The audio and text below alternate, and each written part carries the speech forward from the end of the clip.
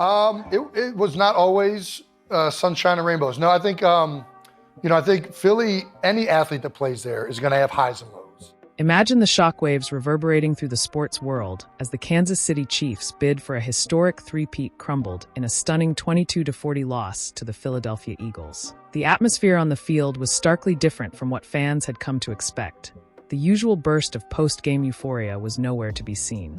Instead of the customary celebratory displays, key figures chose to quietly step away from the limelight, setting the stage for a narrative that extends far beyond the scoreboard.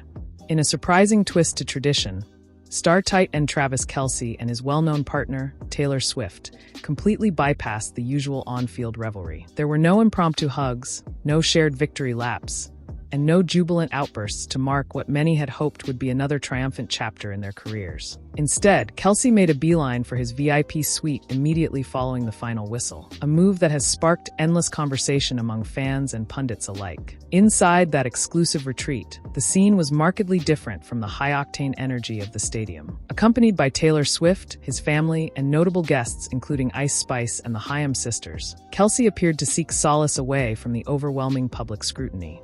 This intimate gathering wasn't just a refuge. It was a moment of quiet reflection and personal reunion.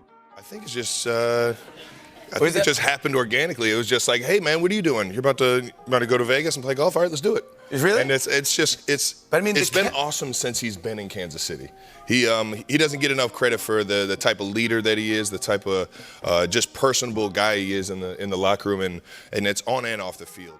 A respected entertainment source later confirmed that Kelce and Swift shared a private post-game reunion, a subtle yet powerful testament to how deeply the defeat had impacted him. Amid the celebration of athletic prowess on the field, the loss left an indelible mark on Kelce, who didn't shy away from expressing his profound disappointment. In candid reflections, he admitted that the sting of the defeat was more than just a fleeting setback. It was a reminder that even the greatest teams face moments of vulnerability. With his heart heavy and his mind already working on strategies for future improvements, Kelce's reaction offers a rare glimpse into the emotional landscape of a sports icon determined to come back stronger. The narrative from last year's Super Bowl stands in striking contrast to the subdued atmosphere witnessed recently. In 2024, the celebration was nothing short of electrifying. As the Kansas City Chiefs clinched a decisive victory, both Travis Kelce and Taylor Swift embraced the moment with an exuberance that lit up the field. Their spontaneous display of affection not only symbolized their personal connection, but also resonated with a wider audience, marking a public declaration of unity and triumph. Just weeks before that memorable game, the couple had already captured hearts with another notable moment at the AFC Championship.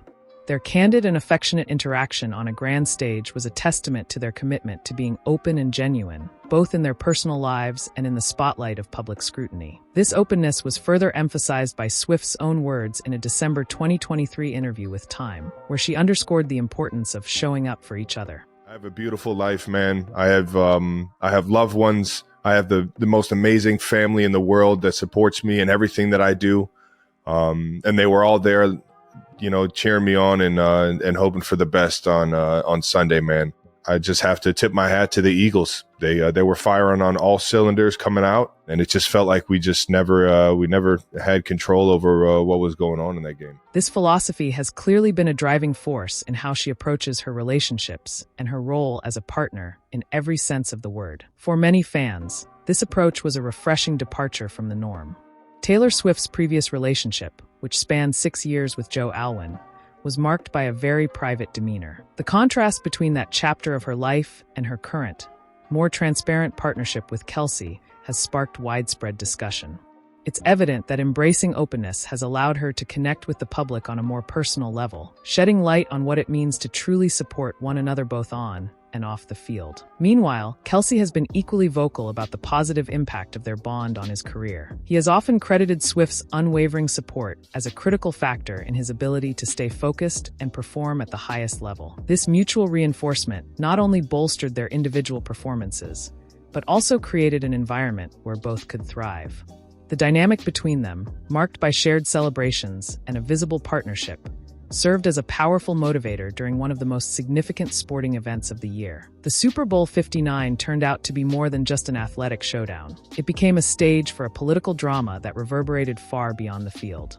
I've only played myself in those shows, though. It's definitely different portraying a character and trying to find the emotions in everything and the understanding of a script and the scene. But it's a challenge. I feel like an amateur right now, but I'm coachable. That's one thing I know from being in sports. I am a coachable guy. When Taylor Swift's image graced the big screen during the event, the reaction was anything but uniform. While many fans cheered her presence, a noticeable segment of the crowd, particularly some Eagles supporters, expressed their discontent with resounding boos. This stark reception was a clear indicator of the underlying cultural tensions, transforming what could have been a simple celebrity moment into a flashpoint of political and ideological debate. In the midst of this charged atmosphere, former President Donald Trump seized the moment to inject his own brand of commentary into the fray. He took to Truth Social to mock Swift's experience, remarking, "The only one that had a tougher night than the Kansas City Chiefs was Taylor Swift. She got booed out of the stadium. MAGA is very unforgiving." His words did more than just echo the polarized sentiment of his base. They also served as a reminder of the long-standing feud between him and Swift, a rivalry that has been meticulously unfolding over the past several years. This bitter clash isn't a recent development.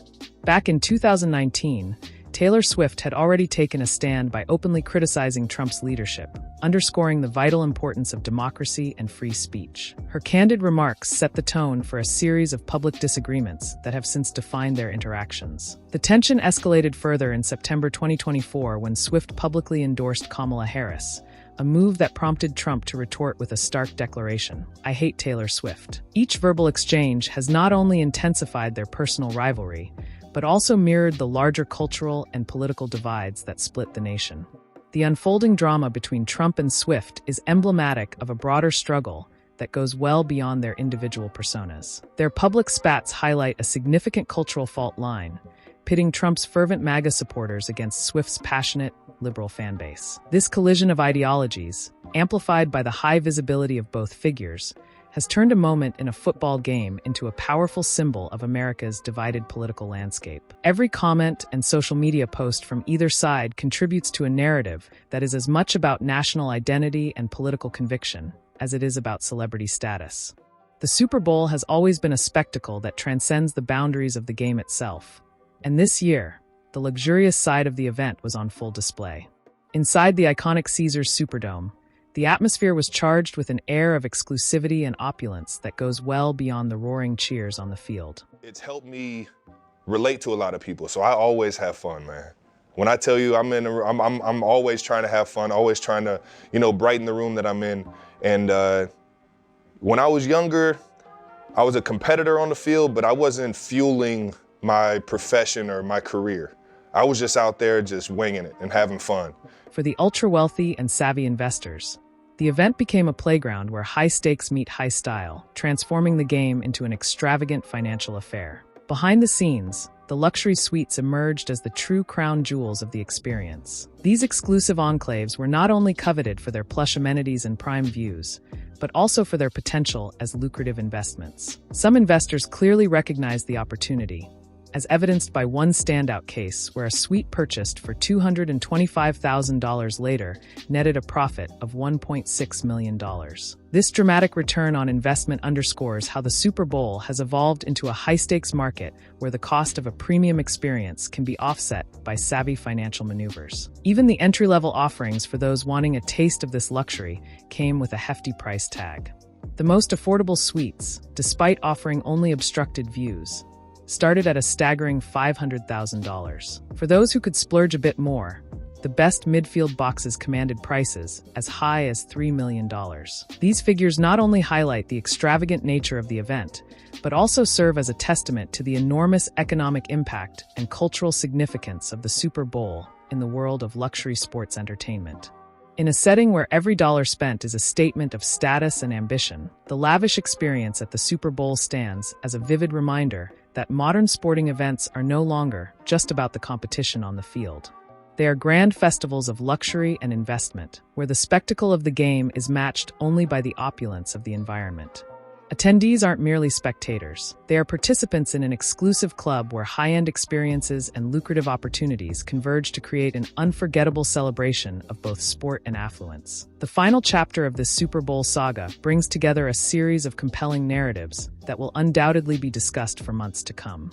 He's got the and Nags obviously had a stint in Chicago, but him being back, man, his energy and his ability to teach the certain plays that he's teaching in terms of the pass game, man, it just makes it so much easier on guys, especially on like a transition year where we got a lot of new faces in the wide receiver room. You can't say enough about how the coaching staff has made it easy for guys to come in, learn the offense, and play free, man. The crushing defeat for the Kansas City Chiefs was a bitter disappointment for Travis Kelce, a moment that clearly hit hard. His palpable frustration on the sidelines was a stark reminder that even the brightest stars face their share of setbacks, leaving fans to wonder about the road to recovery and the lessons learned from such a significant loss. At the same time, the event was marked by a fierce political undercurrent. The ongoing rivalry between Taylor Swift and Donald Trump turned what should have been a simple celebration of sport into a battleground for ideological clashes. With every public jab and pointed comment, their feud underscored the deep cultural divides in America. This conflict not only heightened the drama, but also shined a spotlight on how celebrity and politics can intertwine to create narratives that extend far beyond the playing field. Despite the storm of controversy and disappointment, one element remained resolutely positive. The connection between Taylor Swift and Travis Kelce continues to thrive. Their relationship has proven to be a source of strength and stability, offering a counterbalance to the challenges and criticisms that swirl around high-profile sports and political battles. In an arena where both public adoration and scrutiny are part of the game, their enduring bond serves as a testament to the power of personal support in overcoming adversity. Adding yet another layer to this multifaceted event was the lavish Super Bowl experience enjoyed by the ultra-wealthy. The luxury suites at the Caesars Superdome were more than just a comfortable viewing experience. They were a stage for opulence and high-stakes investment. From suites fetching millions of dollars to a market where even the most modest options came with a hefty price tag, this spectacle of extravagance highlighted a world where sports and high finance collide, painting a picture of modern sporting events as grand festivals of wealth and indulgence. If you found this breakdown as fascinating as the events themselves, be sure to subscribe and stay tuned for more in-depth coverage and analysis of the stories that keep our world buzzing.